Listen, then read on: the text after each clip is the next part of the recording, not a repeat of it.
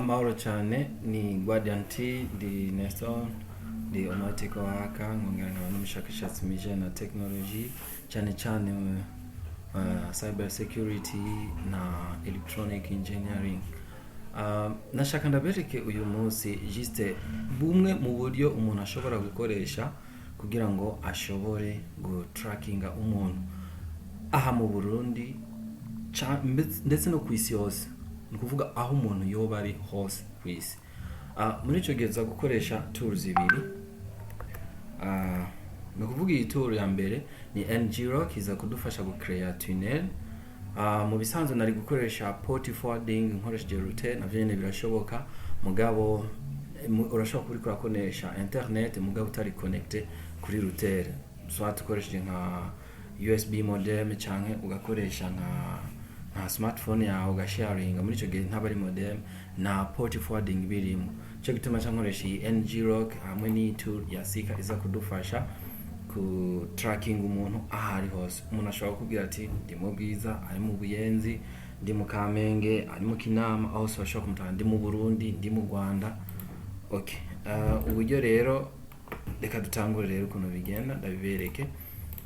Reka ubwa mbere mbanze nje aho iyo tool yanje iri, urabona ni okay, iri kuri desktop.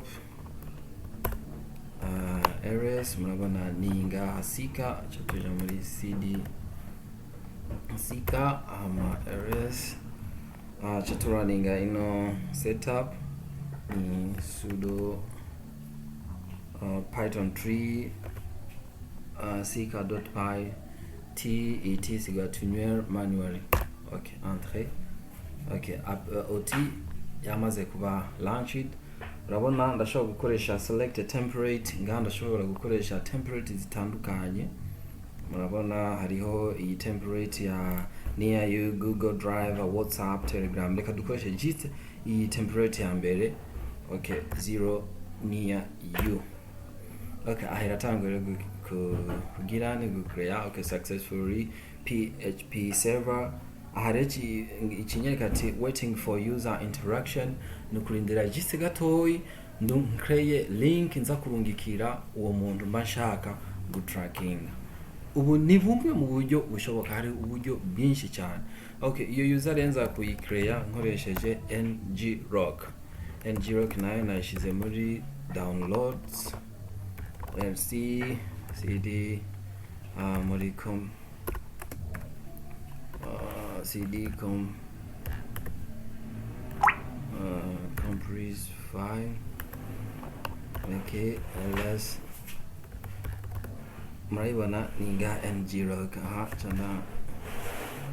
chanda shinga NGRock http murabona ngaha nagize iyi ntuzanze port ni to 8080. Okay, nanje ngira 8080. Okay, acha areri kira create tunnel. Murabona just iyi link meje gucreate, murabona iyi link yanse ko forward. Murabona iyi link ngaha, iyi link mwese murayibona, cha just gusa kuyikopia, ndayikopie. Okay, peut-être ishobora kuba ari ndende, ndashobora kuyigira ngufi kugira ngo byorohe. Nkakoresha ino ntuze ya website bita bitly.com, nkashiramo ya link, ngira shorten link iri short ni ndayikopia. Meje kuyikopia rero nca nkoresha WhatsApp. Dufite akarorero ni nk'umuntu ngomba nkoresha WhatsApp, ndamurungikire link nkoresheje WhatsApp.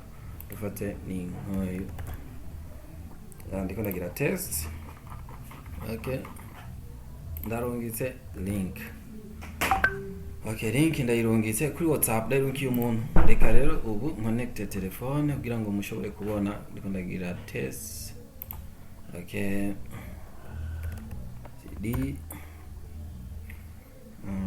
sudo connecte telefone yanje. Okay, murabona iyi ni telefone yanje. ndakuyemo code. Okay, maze gukuramo code ndagiye muri ya message bandungikiye. Dufate uwo n'umuntu ndungikiye link, murabona telefone yanje. Okay, message ngiyi yaje, hama ya muntu namurungikiye link murayibona nga. Okay, nduguruye ya link jise ndayikiritseko, murabibona kiritse kuri iyo link, murabona ya link ikiruguruka. En fait ni umuntu ndungikiye link ahari hose kwisi, murabona haje hazi iki kintu continue. Ndakiritse gusa numva ni jiste kumurungikiya iyi find people near you, ni intuze bakoresha mu ni nka Google Map, ni kurondeza aho umuntu abari ukavuga ati ndinga. Okay, aciye klika ngaha kuri continue allow. Murabe rero ubu ngarutse muri ya ntuze yanje nga seek, wabonye ko bandungikiye link. Iyi link rero bandungikiye murabona ko ari Google Map. Iyi Google Map rero ndayikritseko, ana iyi link irafise longitude na latitude. Murazi yuko umuntu ahari ku isi ikidetermina position y'umuntu ni longitude na latitude. Iyi link rero isifiko ndayiklikako. En fait umuntu ayihenze gusaga klika kuri ya link direct ikiza ica yuguruka imeze uko. Aha rero ngomba nklikeko ndugurure ya link. Ya link ngiyo irugurutse. Murabona ko kuri Google Map bahejeje kudetermina aho ndi. Murabona en fait iyi telefone nakoresheje ni iwanje. Murabona ndi Bujumbura, longitude, latitude. Murabona muravye ngaha information Bujumbura. Nanciye nkirika ko ngaha internet ikamenya ikagago. Urabona ko ndi Bujumbura, ndi muri Mutimbuzi, msanzwe mba ngaha Mirango, ni muri ibi bice nyene vers za Gatunguru. Murabona yuko yashoboye kudetermina position yanje yaho ndi. Murabibona juste kuri link narungikiye umuntu nkaca nshobora kudetermina position yahari. Chaque murabe meme na information ikiduha iyo telefone y'uwo muntu iraduha. Iyo telefone yiwe ni Android 9, ni telefone nje ndiko ndakoresha ni Android 9, CPU core, RAM ni 2 GB. Byose murabona itanga information. Browser nakoresheje ni Chrome. Public IP yanje ni i public IP nkuko nayo basiguriwe herutse. Ndashobora kuyikoresha mu bintu byinshi. I public IP ndashobora kuyikoresha mu gukora ico bita script. Ntushobora kurungikira umuntu nkoresheje payload, nkashobora kurungikira uwo muntu, nkashobora guhackinga telefone yiwe, nkayicontrol at distance. Murabona nandi ma information yampaye harimo Burundi, ni muri Afrika niho ndi mu Burundi, ndi muri Bujumbura Meri, ndiko nkoresha ISP, ndiko nkoresha Viettel Burundi, ni kuvuga internet service provider. Chamura rero ama information ya location yanje. Information ngizi ngaha murazibona, latitude, longitude, vyose babindungikiye.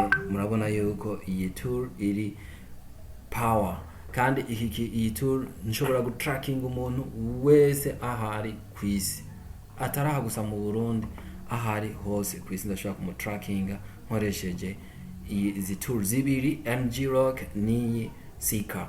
Ndashobora gukoresha port forwarding mu gihe ndiko ndakoresha router, mugani ni byiza gukoresha NG-Rock kuko ushobora kwiyumvira kugirane guhacking umuntu aho uri hose. Naco gituma rero ufise router byoca bigorana cyane aho icomeka. Ushobora kufise modem, ushobora gusharinga ukoresheje telefone yawe, ibyo byose birashoboka. Sawa, murakoze, byari ivyo. Merci.